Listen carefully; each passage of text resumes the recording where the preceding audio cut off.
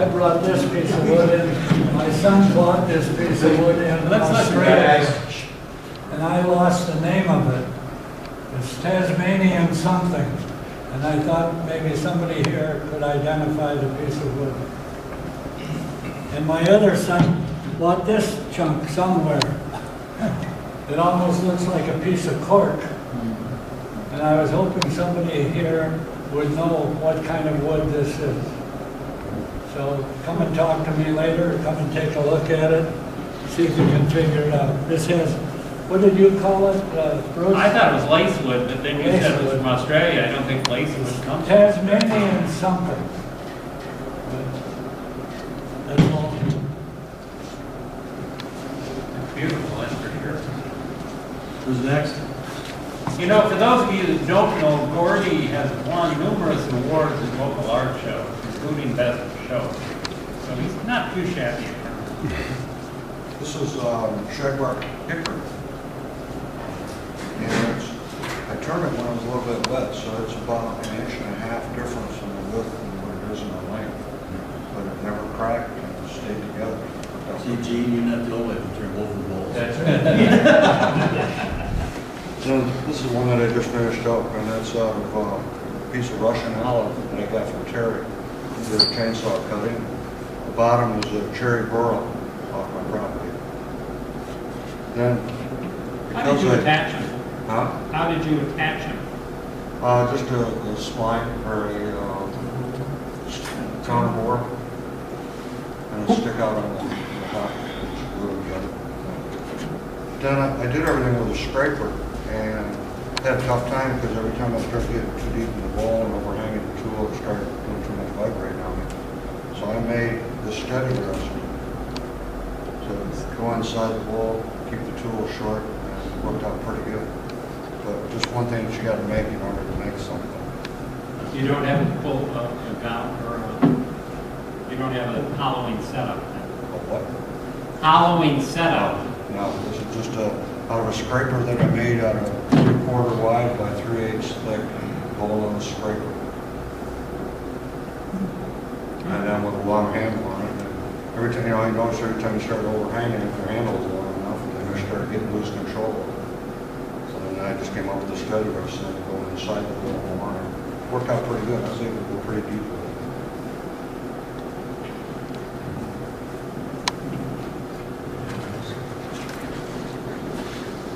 Who's next?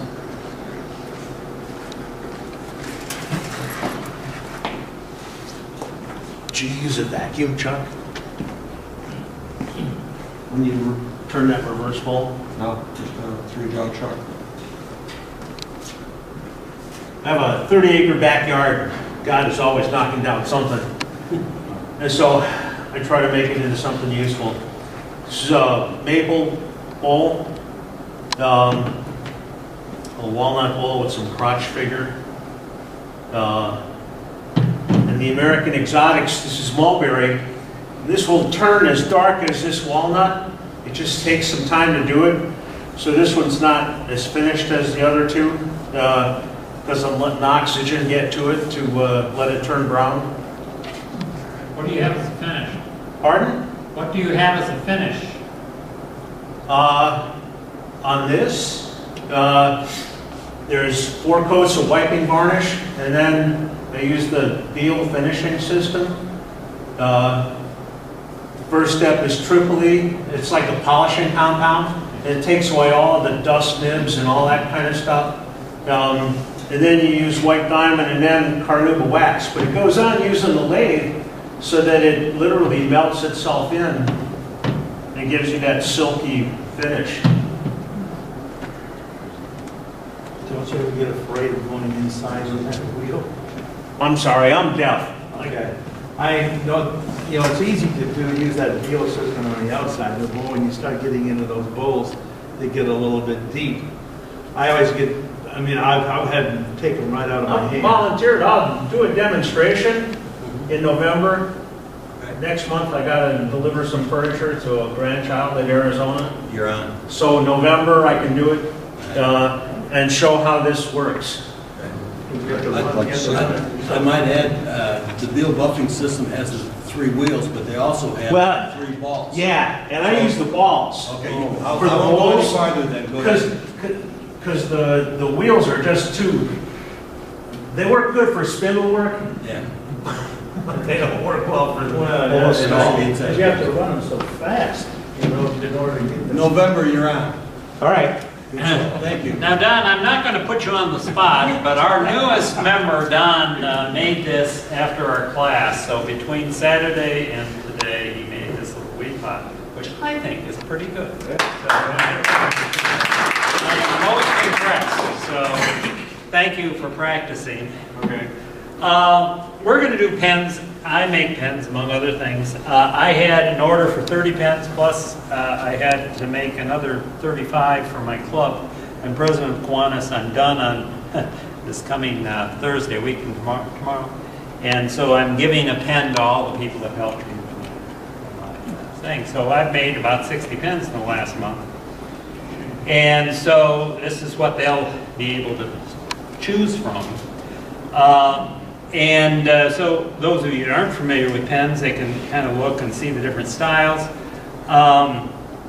And of course, this type is the standard slimline, which is exactly what Terry is going to be showing how to make. It's a relatively easy kit. We'll be doing it in our class this week. So, you know, you're going to know how to do that. But what I do, the problem with that is after you've done 100 of them, you get bored. I mean, so you get to do another one. So I developed, and to my knowledge, I'm the only one that does it, this system of creating your own center band. So this is the same kit, but with a center band that I have done, and then we have a accent stripe in it, which I think is a nice little feature. And this could be any size you want, because you're creating your own center band. It can be, where is that big one? There's a giant one. It could be as a cigar pen. Here it is. It could be as big as this with this standard slimline kit. You could make a pen that's this big with the same kit. So you can make it anything. I really went crazy.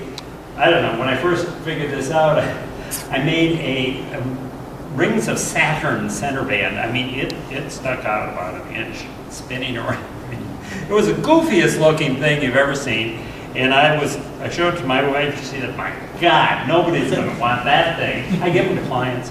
Say, "Here, new client, you can have it pick up a pen." The next day, somebody wanted that pen. It's the craziest, stupidest pen you've ever seen in your life. So anyway, that is what I do. So I'm going to show you that. I hadn't done anything for months. My wife went away for the weekend, said, "Our goal is to make a bowl."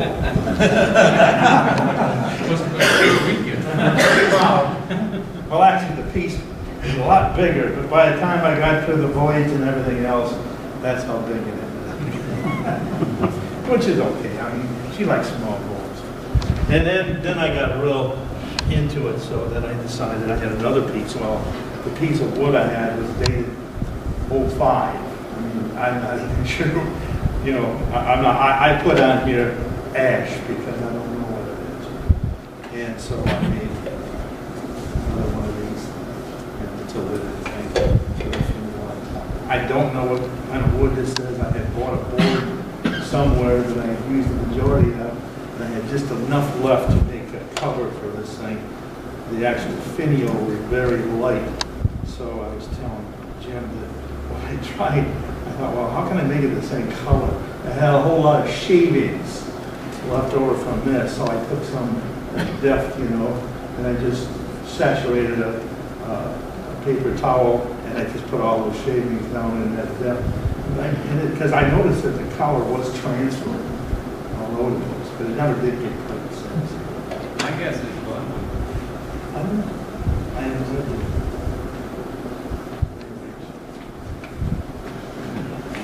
It's a weekend's worth of work. I've been turning a little bit too. This is hickory. These two are maple. our neighbor had a tree come down, I reclaim all wood, I haven't yet, or have yet to buy any wood. As long as God furnishes it to me, I'm going to use it. This is olive wood, come from the same tree as that one, just a little bit different finish, but Rick, I like that olive wood.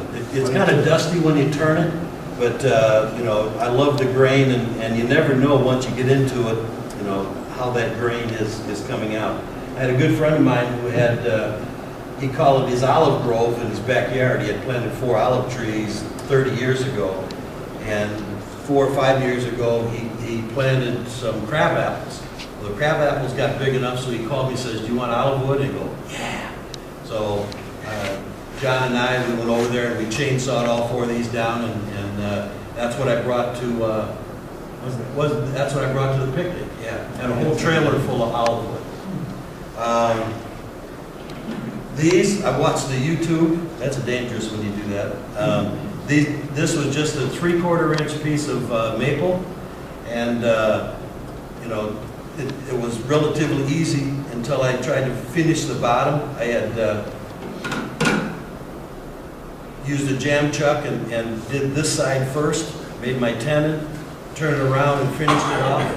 Now, how do you finish the tenon? Well, I used another jam chuck, and it, you know, I didn't get the bottoms real good. Again, these are my, actually the second one came out a little better, but a little more practice will be all right. Somebody said, "What do you use them for?" And I said, "I don't know." So, but anyway, they're just a square platter, I guess you want to call it. Okay, so you got 2 here.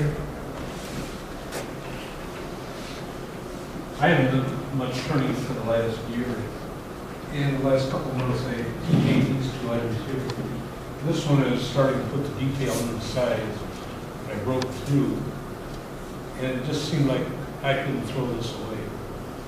So I put tape around where it opened up, and then I mixed decoupage. I poured it on the inside. And if you look at it through the light, you see the crack. I don't know whether I'm out there. Thought I'd give it a try. Once you put it on the shelf, nobody will see it anyways. Thank you, everybody, for bringing stuff in.